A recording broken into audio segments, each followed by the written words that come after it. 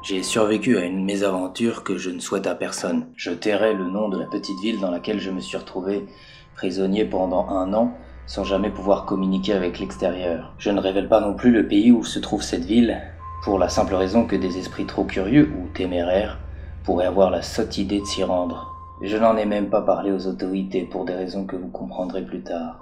C'était le 1er août. J'avais 4 ans de vente d'assurance derrière moi et je n'en pouvais plus. J'ai décidé donc de prendre une année sabbatique pour partir en voyage, seul, puisque mon train de vie avait largement participé à ronger ma relation et que j'étais célibataire depuis des mois. Pour ne rien vous cacher, j'espérais retrouver un semblant de vie sociale au cours de ce périple. Mais j'avais aussi besoin d'être seul et de me ressourcer dans un bled paumé. J'ai pris donc mon vieux 4x4, un sac d'affaires mis en vrac et des vivres, du pain, des tranches de dinde et un bidon de vin. Je n'avais pas l'intention de freiner sur le vin, pas encore. Je voulais commencer par ne pas travailler, dormir, me réveiller tard et conduire pour aller loin. Je conduisis 15 heures à travers le continent, en faisant des pauses quand j'étais fatigué ou que l'envie me prenait d'aller me balader, ou encore qu'un panorama s'offrait à moi. Bref, sans destination ni contrainte. Je pris la route vers l'ouest et je m'aventurai bientôt dans une vallée qui me sembla interminable.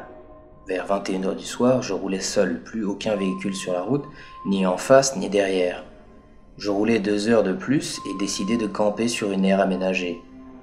Les tables de bois étaient couvertes d'épines de pin. Je dressai ma tente sous les grands arbres, bus la moitié du vin et dormis 14 heures d'affilée. Je ne fis même pas attention aux bruits alentours. À vrai dire, je ne me rappelle d'aucun son. Pas de vent dans les branches, pas d'oiseaux nocturnes, pas de voiture sur la route, rien. Le silence, tout ce dont j'avais besoin. « Monsieur !» entendis-je. « Monsieur, réveillez-vous !» J'ouvris un œil à moitié et vis à travers la moustiquaire un agent de police. Je me redressai péniblement, les cheveux hérissés, la marque de l'oreiller sur la joue et la tête ensuquée. « Bonjour !» dis-je. « Que se passe-t-il ?»« Vous campez sur une aire de repos, monsieur.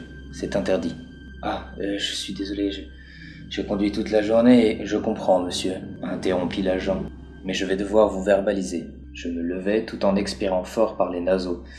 J'avais mal partout, à croire que dormir trop longtemps vous fatigue encore plus. Je sortis de la tente avec ma carte bancaire.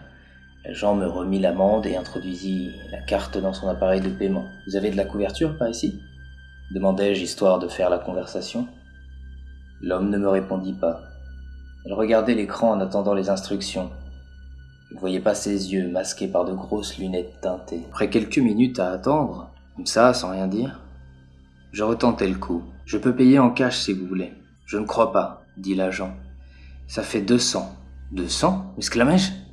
Mais le policier ne daigna pas lever la tête. Pour commencer son année sabbatique et renouer avec la vie en communauté, je vous avoue qu'il y a mieux qu'un flic en fonction qui vous verbalise. « Nous allons devoir rejoindre la ville, » dit l'agent. « L'appareil ne marche pas. Vous pourrez payer là-bas. » Je repliai la tente et ramassai toutes mes affaires. J'allais prendre le volant quand il m'arrêta net. « Un instant, monsieur. Soufflez là-dedans, je vous prie. » Je passai heureusement l'alcotest avec succès et le suivis en voiture jusqu'à la ville. Il avait allumé ses gyrophares. « Quel connard !» murmurai-je pour moi-même. Nous conduisîmes une bonne demi-heure sur une route sinueuse qui descendait en pente douce. Les arbres s'ouvrirent soudain sur une minuscule ville. Il y avait une seule route, celle-là même que nous empruntions, et des maisons et commerces de part et d'autre. Je n'ai jamais compris ce type d'urbanisme.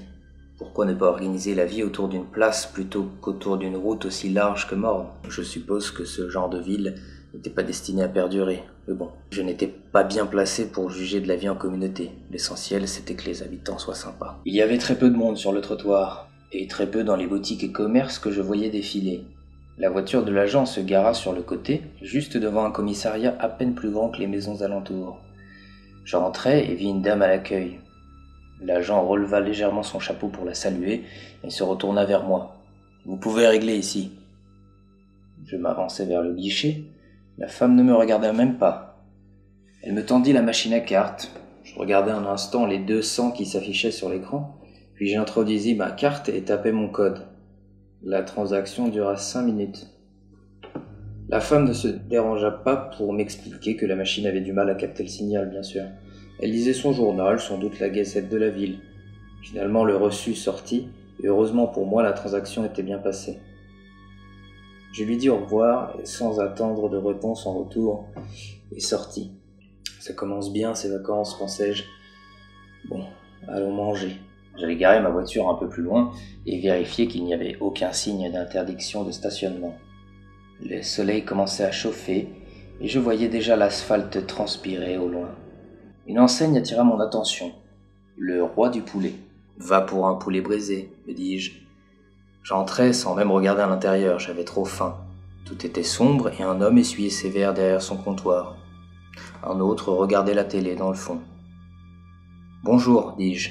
La cuisine est ouverte ?»« Oui. »« Super, je peux m'installer là ? » ?»« Faites donc, qu'est-ce que je vous sers ? » Une bière au baril et un demi-poulet braisé, si possible. »« Je vous amène ça tout de suite. » Enfin une personne aimable, pensais-je. Et sur cette pensée, j'expirais longuement en étendant mes jambes sous la table. Je regardais en direction de la télé et reconnus l'agent qui m'avait verbalisé. Je détournai la tête en soupirant, puis revins vers l'écran en me demandant ce qu'il faisait à la télé. N'y avait-il pas un match de foot à regarder ou un documentaire lémalier, que sais-je ? Tout sauf lui. J'essayais de comprendre de quoi il s'agissait. Y avait-il eu un incident tel que la petite localité avait attiré la curiosité des médias nationaux ? La ville avait-elle sa propre chaîne de télé ? Dans un cas comme dans l'autre, c'était louche. Une ville où rien ne se passe, qui n'intéresse personne, mais qui aurait les moyens et l'actualité suffisants pour justifier la création d'une chaîne. Le serveur m'amena ma bière et j'osais lui demander « Excusez-moi, monsieur, c'est bien le shérif, le chef de la ville ?»« Oui, c'est bien lui.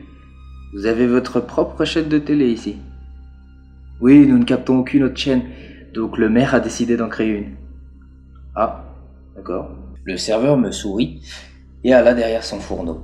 J'apprendrai plus tard que le maire de la ville n'existait pas.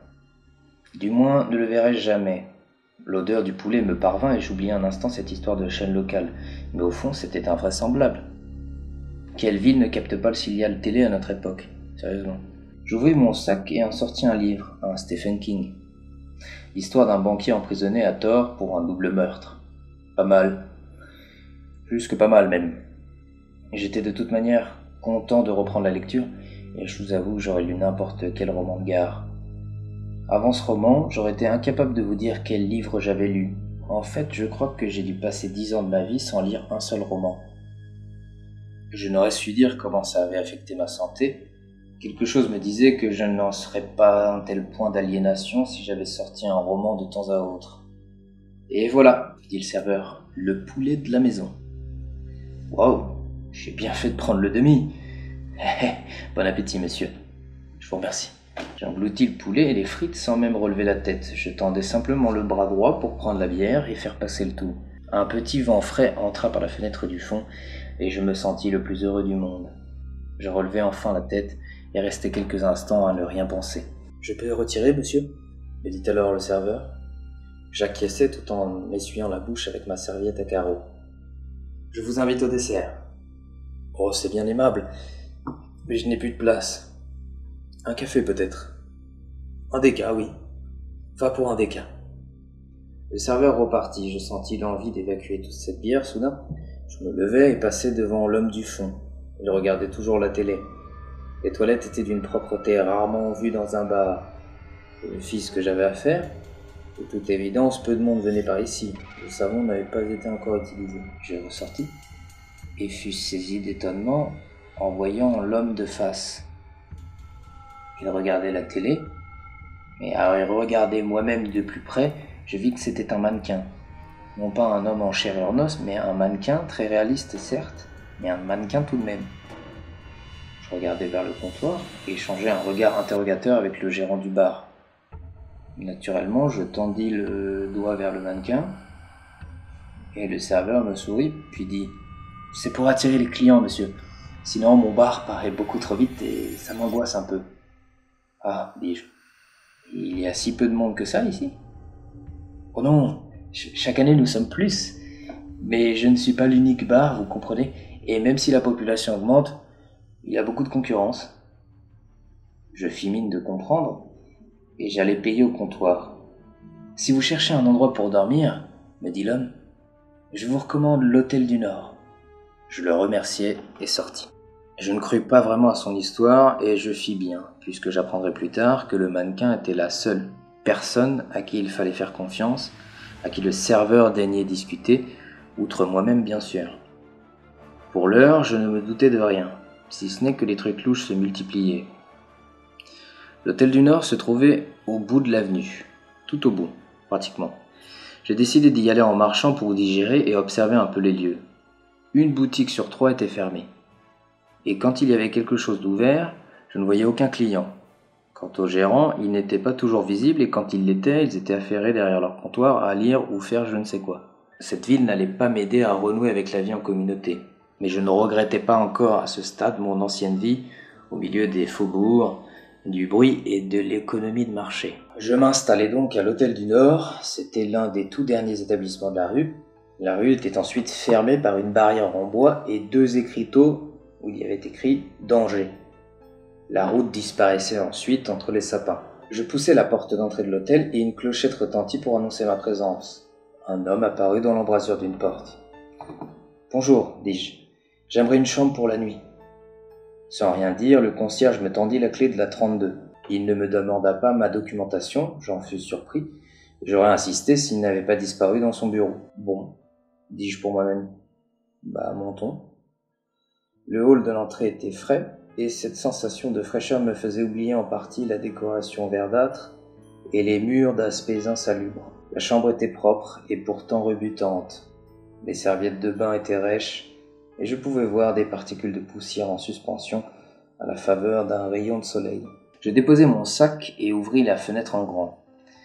Il y avait des barreaux aux fenêtres.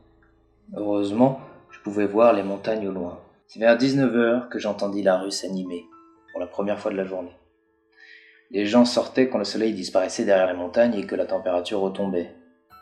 Je descendis me mêler aux habitants et j'espérais encore m'être trompé sur cette ville.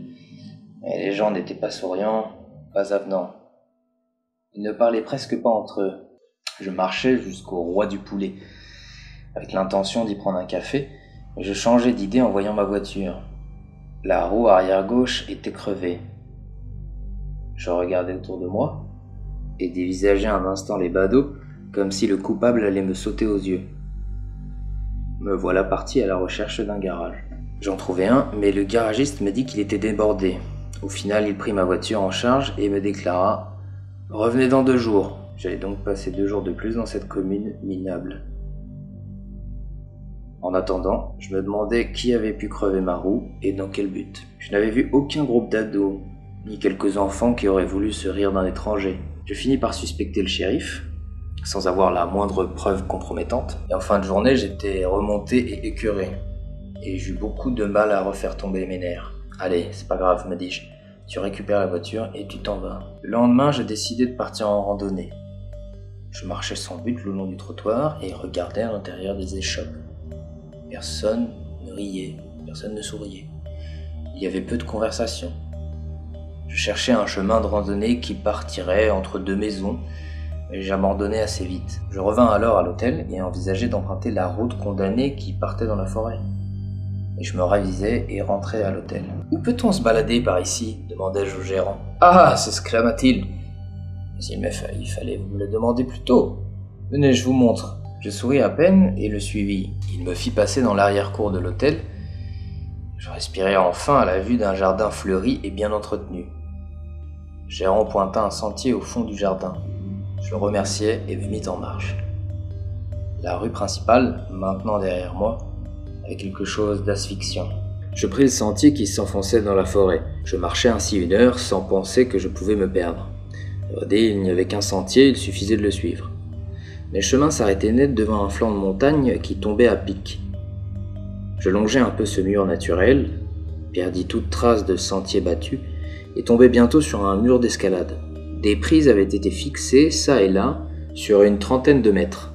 Je m'essayai à quelques prises, puis revins vite au sol pour lire adossé contre un arbre. Je finis par m'endormir. Un craquement me réveilla. J'ouvris les yeux et regardai autour de moi. Un homme arrivait au loin. C'était le gérant du bar, le Roi du Poulet. Il sembla gêné en me voyant, il finit par sourire et vint jusqu'à moi. « Vous avez trouvé mon mur d'escalade » dit-il. C'est ici que je m'entraîne. Vous avez fixé les prises vous-même, dis-je. Il se contenta de sourire. J'avais peut-être posé une question indiscrète. Je me mis à l'écart et lus tout en l'observant de temps à autre. Il semblait agile et habitué au mur. Il atteignit très vite les dernières prises, au même niveau que la cime des grands arbres. Soudain, je réalisai qu'il grimpait sans sécurité, et avec un certain empressement. Je me levai discrètement pour mieux le voir entre les branches des sapins. J'entendis alors qu'il fixait de nouvelles prises tout en poursuivant son ascension. Il progressa ainsi 20 mètres de plus.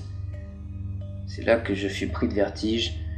Le voir grimper ainsi, sans sécurité, tout en augmentant son mur d'escalade, j'en ai encore des frissons. Je me remis à lire, et je dois dire que Stephen King m'aida à oublier la réelle frayeur qui se profilait à 40 ou 50 mètres au-dessus de ma tête. De temps à autre, j'imaginais le gérant faire une chute et retomber lourdement au sol, à quelques mètres de moi. Mais je le revis 40 minutes plus tard, sain et sauf, l'air satisfait. Il s'étirait au sol et faisait des exercices de respiration. Sacrée ascension, osais-je dire. Encore une fois, elle se contenta de sourire, puis il me salua et s'éloigna. J'allais lui proposer de repartir avec lui, mais tout me poussait à croire que je l'indisposais. Je n'insistais pas et le vis disparaître dans la forêt. Je repartis de mon côté, puis sans vraiment me l'expliquer, fis demi-tour pour le suivre. La curiosité, sans doute. Le problème, c'est qu'il n'avait laissé aucune trace de pas et que la nuit tombait déjà. Je ne voyais que des arbres désordonnés, et je risquais de me perdre pour de bon. Je retrouvai heureusement le chemin de l'hôtel, non sans quelques difficultés, et j'essayais de réunir toutes mes impressions et observations sur la ville et ses quelques habitants. Vers 23 heures, j'allais au Roi du Poulet en quête de réponse. Je devais interroger le gérant. Le bar était bien ouvert. Le shérif était là, et je n'engageais pas tout de suite la conversation. Je me mis au comptoir, tranquillement, commandai une bière et attendis ainsi que quelqu'un parle. Ça n'arriva pas. Le shérif lisait le journal et le gérant essuyait toujours ses verres, aussi impeccable soit-il. Très maladroitement, je déclarai tout de go. « Vous êtes un sacré pro de l'escalade !» Le shérif releva légèrement la tête, me regarda furtivement, avant d'observer la réaction du gérant. « Hé, dit le gérant à l'endroit du shérif. Notre convive dit cela parce que j'ai dû réparer la toiture. Vous savez dans quel état elle est. J'aurais pu faire appel aux autres, mais c'était trois fois rien. C'est une opération dangereuse, dit le shérif. Mieux vaut prévenir la prochaine fois. » Le gérant acquiesça et pour ma part, je ne dis plus rien. J'avais compris que son hobby, l'escalade, n'en était pas un et que c'était un secret qu'il fallait garder. Que carajo, pensais-je. Qu'est-ce qui se passe ici? Le shérif paya, nous salua en inclinant légèrement son chapeau à la con et partit. Après quoi, je restai de longues minutes le regard perdu dans ma bière. Le gérant était occupé avec ses verres. On n'entendait que la télé dans le fond et le bruit du ventilateur fixé au plafond. « Vous devriez vous mêler de vos affaires, » dit soudain le gérant. « Je vous demanderai de garder ça pour vous. »« Vous parlez du mur d'escalade ?» demandai-je. Le gérant se redressa, légèrement agacé. Il regarda par la fenêtre, comme pour vérifier que personne l'espionnait. « Oui, dit-il. »« Mais pourquoi tant de secrets, dis-je. Le shérif pourrait vous coller une amende, c'est ça ?» Le gérant eut un rire nerveux, puis ce fut un rire incontrôlable, mêlé de larmes. Le pauvre homme était à bout, de toute évidence. « Je suis désolé, dis-je. Je ne voulais pas vous causer d'ennui. Votre secret, vous savez, sera bien gardé avec moi. Je suis très très mauvais causeur. » Il finit par se servir une bière qu'il but à grande lampée. « Ce qui se passe ici, dit-il enfin, ce qui se passe ici dépasse l'entendement. Je vous dirais bien de partir, mais vous en seriez incapable. Mais je ne peux pas vous mettre dans le coup non plus, vous comprenez ?» Je restai de marbre. Il continua à parler, puis je l'interrompis. Qu'est-ce que vous me racontez là? Je comprends pas. Mais le gérant parlait toujours, pour lui. Il ne me regardait plus.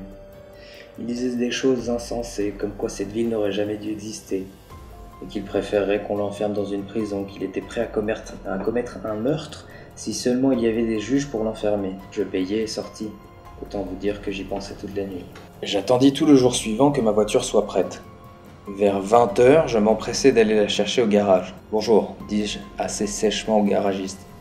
Ma voiture serait-elle prête ?»« Oui, me dit-il. avec le sourire. Une belle route toute neuve. Je n'avais pas la même marque de pneus, mais je peux vous assurer que ça roule. Bon, je récupérais ma voiture, fil plein d'essence, et décidai de partir loin de ce bled de fou. Pendant les 10 premiers kilomètres, je ressentis un soulagement à peu près aussi grand que le jour de ma démission. J'étais dans mes pensées quand je vis une déviation.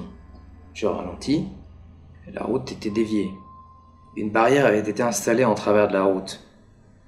La même barrière qui barrait la route dans l'autre sens, près de l'hôtel du Nord. Bon, je fais quoi?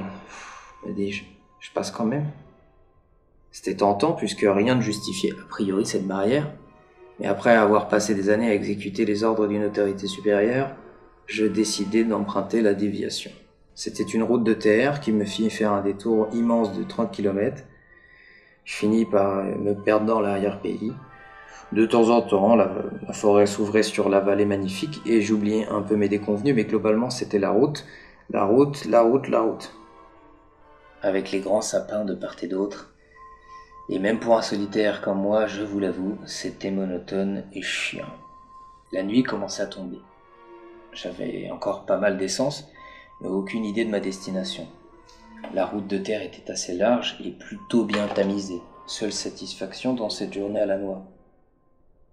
Soudain, je vis une voiture arriver dans l'autre sens, la première depuis 40 km.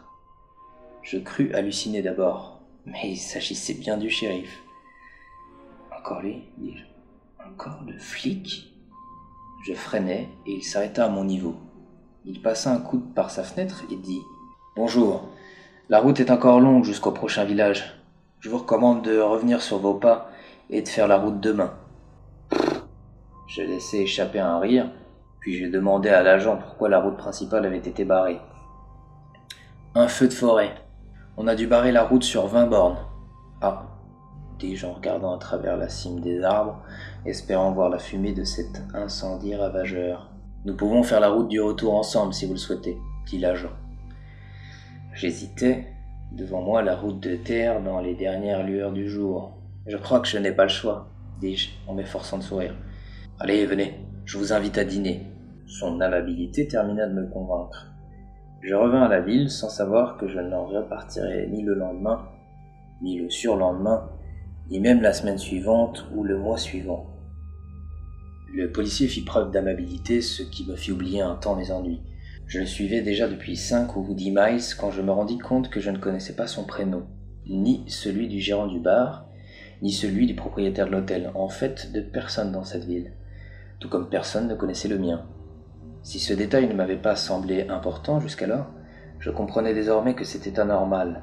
Tous les hommes ont un nom, et ce nom a son importance. Il fait partie de vous, de votre identité. Sans prénom, que serions-nous? Arrivés en ville, nous nous garâmes près du roi du poulet. « Je ne me suis pas encore présenté, dis-je. Je m'appelle Ralph. »« Je sais, dit-il. J'ai relevé votre plaque, souvenez-vous. » Je souris et oubliai de lui demander son prénom en retour. Je le lui demandai peu après, mais il me répondit simplement que tout le monde l'appelait shérif par ici. Au comptoir, il commanda 2 chopes d'un breuvage local appelé Rimoli. Ça se buvait frais, et ça n'avait pas vraiment de goût. « Tu ne bois pas avec nous ?» dit alors le shérif au gérant. « J'ai bu peu avant votre arrivée, » répondit le gérant. C'est sur quoi le shérif se mit à sourire avant de boire à grandes lampées. Qu'y avait-il entre les deux? Je ne le sus jamais en détail. Je bus à mon tour. Je ne compris pas tout de suite que j'étais sous l'effet d'une drogue d'apparence inoffensive, mais dont les effets étaient immédiats. Ça commença par un drôle d'effet. Les couleurs se mirent à changer. Elles devenaient plus vives et plus agréables. Je ne me sentais ni drogué, ni angoissé, juste apaisé, tranquille, au comptoir. Le shérif se mit à raconter des histoires de chasse à l'ours. Il ponctuait son récit de rires forcés, et tout lui paraissait drôle dans son histoire. Je l'écoutais attentivement sans pourtant suivre le fil de son récit. Je crois même que je souriais niaisement. En fait, je ne me rappelle de presque rien à partir de ce moment-là. Je me réveillai dans ma chambre d'hôtel le lendemain. J'étais bien reposé, aucun mal de tête, j'avais juste envie d'une chope de Rimoli. Par la fenêtre, j'entendis des voix et une fanfare au loin. Une fête s'organisait dans la grande rue. Sans même me doucher ou changer de vêtements, je descendis rejoindre les autres. Les gens riaient et formaient des petits groupes de discussion, ça et là. Tout le monde me dit bonjour, j'avais l'impression d'être attendu. Plus loin, il y avait une piste de danse, la fanfare et quelques danseurs. Le shérif me salua. Il vint à ma rencontre, une chope dans chaque main. « Bonjour, dit-il avec un grand sourire. Vous avez bien picolé hier. »« Ah bon ?» dis-je, tant que ça ? »« Et comment ?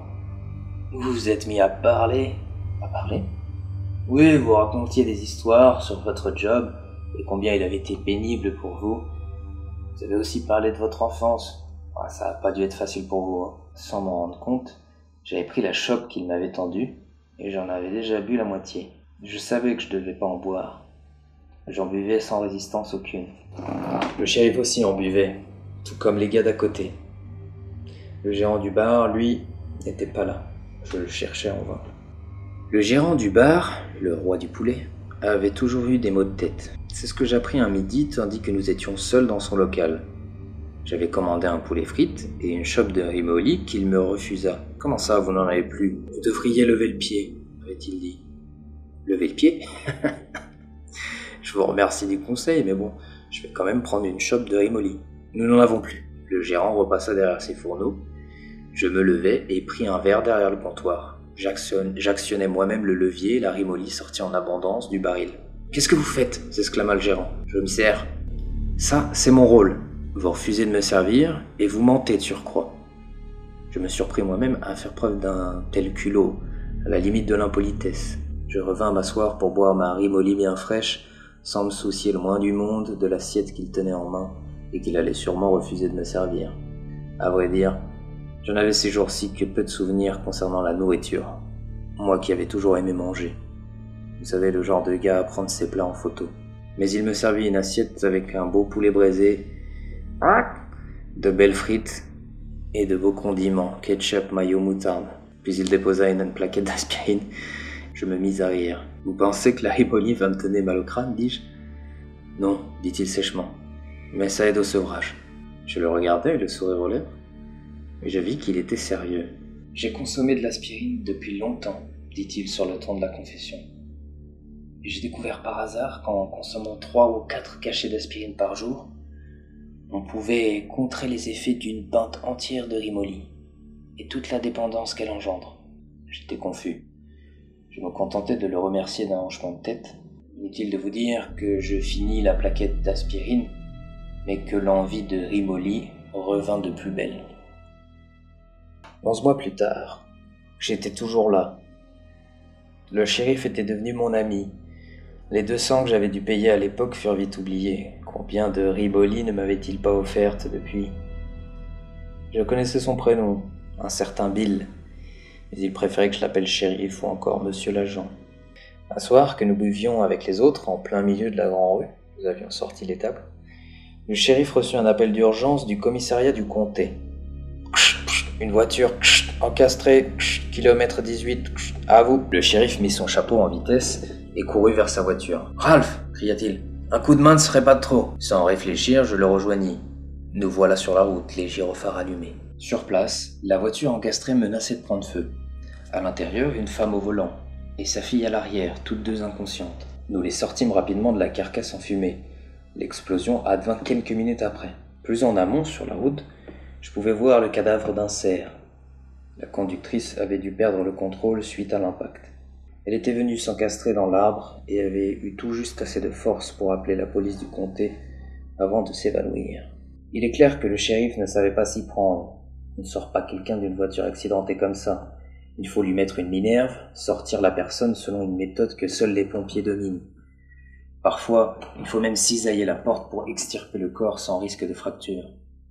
Mais je n'y pensais pas sur le moment. J'étais à l'arrière avec la petite fille, la femme était sur le siège passager, toujours inconsciente, la tête reposant contre la vitre, et le shérif roulait peut-être à 80 ou 90 km/h sur une route qu'il connaissait certes bien, mais dont les courbes étaient dangereuses. Nous arrivâmes enfin à l'hôpital et nous vîmes les brancards disparaître dans le couloir des urgences. S'il y avait bien un établissement qui fonctionnait à plein temps par ici, c'était l'hôpital.